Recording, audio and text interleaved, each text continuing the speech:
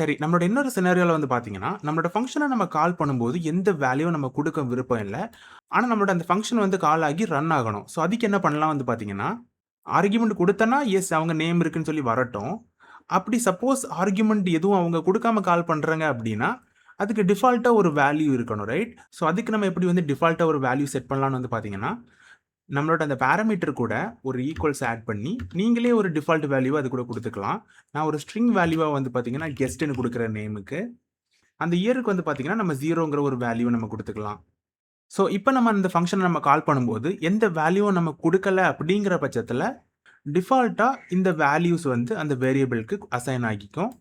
So, அந்த parameter இருக்கக்கூடிய value தான் வந்து பார்த்தீங்கன்னா, இந்த லாக்லயும் பாப்புலேட் ஆகும். ஸோ, இத நம்ம இப்ப பார்க்கலாம்.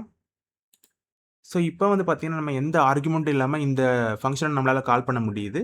ஸோ, சப்போஸ் நம்ம எந்த ஆர்குமென்ட்டும் குடுக்கல அப்படிங்கிற பட்சத்தில, அதில நம்ம டிஃபால்ட்டா குடுத்த வேல்யூல நமக்கு ஒரு அவுட்புட் வந்திருக்கு.